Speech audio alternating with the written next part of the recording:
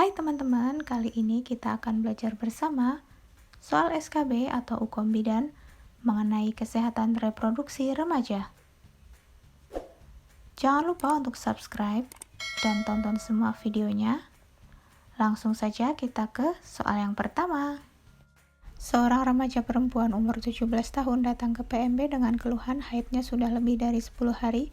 Hasil anamnesis ganti pembalut 3 kali per hari, tidak ada nyeri. Hasil pemeriksaan tinggi badan 150 cm, berat badan 55 kg, tekanan darah 110/70 mmHg, nadi 86 kali per menit, pernafasan 20 kali per menit, suhu 36,5 derajat Celcius. Benjolan payudara tidak ada, abdomen tidak teraba massa dan benjolan. Diagnosis apakah yang paling mungkin pada kasus tersebut? A. Amenor, B. Hipermenor, C. Hipomenor, D. Oligomenor, E. Polimenor. Jawabannya adalah B. Hipermenor, di mana ada keluhan haid 10 hari dan jumlah darah diperkirakan lebih dari 80 cc. Berikut adalah tabel perbandingan antara menstruasi normal dan hipermenor. Seorang remaja perempuan umur 17 tahun datang ke PMB dengan keluhan haidnya lebih dari 15 hari. Hasil anamnesis ganti pembalut 3 kali per hari, darah bergumpal. Hasil pemeriksaan tekanan darah 110/70 mmHg, nadi 86 kali per menit, pernafasan 20 kali per menit, suhu 36,5 derajat Celcius, tinggi badan 150 cm, berat badan 55 kg. Pembesaran payudara normal, palpasi abdomen, tidak ditemukan massa. Tindakan apakah yang paling tepat dilakukan pada kasus tersebut? A. Melakukan konseling gizi, B. Memberikan edukasi personal hygiene, C. Memberikan suplemen penambah darah, D. Melakukan konsultasi dengan dokter SPOG, E. Mengecek ulang keluhan pada siklus menstruasi berikutnya. Jawabannya yaitu yang D. Melakukan konsultasi dengan dokter SPOG, di mana sebagai bidan mempunyai kewenangan pada aspek promosi, prevensi, dan deteksi dini pada kesehatan reproduksi. Lama menstruasi yang lebih dari normal itu memerlukan pemeriksaan lebih lanjut. Seorang remaja perempuan umur 17 tahun datang ke PMB dengan keluhan haidnya sudah lebih dari 10 hari. Hasil anamnesis ganti pembalut 3 kali per hari, tidak ada nyeri. Hasil pemeriksaan tekanan darah 110/70 mmHg, nadi 80 kali per menit, pernafasan 20 kali per menit, suhu 36,5 derajat Celcius. Remaja tersebut menolak bidan saat ingin melakukan palpasi abdomen dan inspeksi terhadap darah yang keluar. Rencana asuhan apakah yang paling tepat pada kasus tersebut? A. Meminta dukungan keluarga pasien, B. Memberikan pengertian tujuan pemeriksaan fisik, C. Melakukan kolaborasi dengan tenaga kesehatan lain, D. Merujuk pasien ke fasilitas pelayanan yang lebih lengkap, E. Meminta keterangan tertulis terkait penolakan pemeriksaan. Jawabannya yaitu yang B. Memberi pengertian tujuan pemeriksaan fisik, seperti yang tertuang pada Undang-Undang Kesehatan Nomor 36 Tahun 2009 Pasal 6. Seorang remaja perempuan umur 19 tahun datang ke PMB dengan keluhan haid dalam sebulan ini sudah berlangsung 2 kali. Hasil anamnesis ganti pembalut 3 kali per hari. Hasil pemeriksaan tinggi badan 150 cm, berat badan 55 kg, tekanan darah 110/70 mmHg, nadi 86 kali per menit, pernafasan 20 kali per menit, suhu 36,5 derajat Celcius, pembesaran payudara normal, benjolan payudara tidak ada, abdomen tidak teraba massa.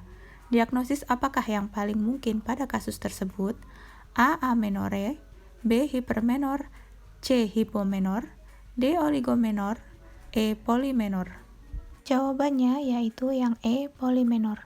Berikut adalah tabel perbandingan polimenor dengan menstruasi normal. Seorang remaja perempuan umur 14 tahun datang ke PMB dengan keluhan belum pernah mengalami haid. Hasil anamnesis sakit daerah perut setiap bulan. Hasil pemeriksaan tekanan darah 110/70 mmHg, nadi 86 kali per menit, pernafasan 20 kali per menit, suhu 36,5 derajat Celcius, tinggi badan 145 cm, berat badan 50 kg. Palpasi abdomen tidak ditemukan massa, inspeksi tampak lubang vagina dengan himen kebiruan dan menonjol keluar. Diagnosis apakah yang paling mungkin pada kasus tersebut? A. Amenor, B. Aplasia vagina, C. Atresia vagina, D. Hematometra, E. Hymen imperforata. Jawabannya adalah E. Hymen imperforata, yaitu selaput darah yang tidak menunjukkan adanya lubang sama sekali. Darah yang terkumpul di dalam vagina dan menyebabkan hymen nampak kebiru-biruan dan menonjol keluar disebut hematokolpos. Bila keadaan ini dibiarkan, maka uterus juga akan terisi dengan darah haid dan membesar yang disebut hematometra. Seorang remaja perempuan umur 14 tahun datang ke PMB dengan keluhan belum pernah mengalami haid. Hasil anamnesis sakit daerah perut setiap bulan, hasil pemeriksaan tekanan darah 110/70 mmHg, nadi 86 kali per menit, pernafasan 20 kali per menit, suhu 36,5 derajat Celcius. Tinggi badan 145 cm, berat badan 50 kg. Pembesaran payudara normal, palpasi abdomen tidak ditemukan massa. Inspeksi vulva dan vagina tampak lubang vagina dengan hymen kebiru-biruan dan menonjol keluar. Tindakan apakah yang paling tepat pada kasus tersebut? A. Insisi hymen, B. Konseling gizi, C. Kolaborasi dengan dokter SPOG, D. Edukasi personal hygiene, E. Pemberian suplemen penambah darah. Jawabannya yaitu C. Kolaborasi dengan dokter SPOG. Penanganan hymen imperforata membutuhkan pemeriksaan lanjutan seperti USG abdomen, dan setelah diagnosis ditegakkan, maka diperlukan tindakan pembedahan. Seorang bidan koordinator puskesmas sedang membuat perencanaan penyuluhan kesehatan reproduksi remaja di sebuah SMP di wilayah binaan puskesmas. Dalam survei pendahuluan didapatkan informasi bahwa sebagian besar siswi SMP tersebut sudah mengalami menstruasi. Hasil pemeriksaan kesehatan di SMP tersebut sekitar 30% remaja putri mengalami anemia. Informasi apakah yang paling prioritas diberikan pada kasus tersebut? A. Pola istirahat, B. Personal hygiene, C. Kebutuhan olahraga, D. Kesehatan reproduksi, E. Kebutuhan nutrisi. Jawabannya adalah E. Kebutuhan nutrisi.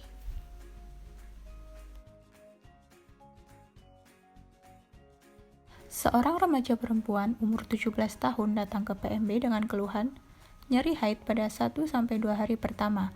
Hasil anamnesis, darah haid banyak, ganti pembalut 3 kali per hari, hasil pemeriksaan tekanan darah 110/70 mmHg, nadi 88 kali per menit, abdomen tidak teraba massa.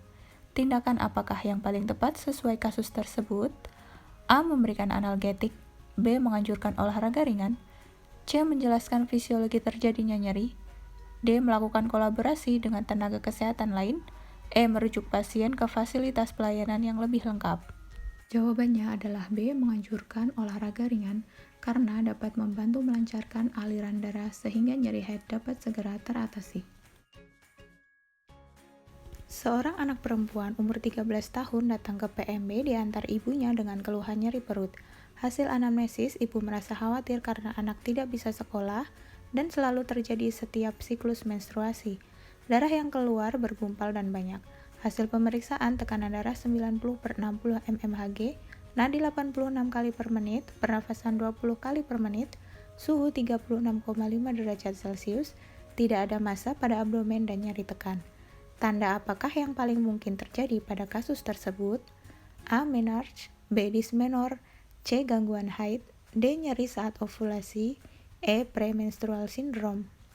Jawabannya adalah B. Dysmenor, yaitu nyeri ketika menstruasi. Seorang perempuan umur 15 tahun datang ke puskesmas diantar ibunya dengan keluhan haid banyak dan sering.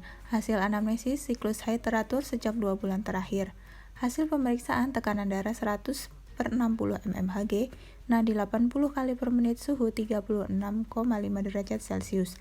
Abdomen tidak teraba massa, darah tampak keluar dari kemaluan. Diagnosis apakah yang paling mungkin pada kasus tersebut? A. Menorragi, B. Metrorragi, C. Polymenor, D. Hypermenor, E. Menometrorragi. Jawabannya adalah C. Polymenor. Polymenor adalah kondisi siklus haid yang lebih memendek dari biasanya, yaitu kurang dari 21 hari.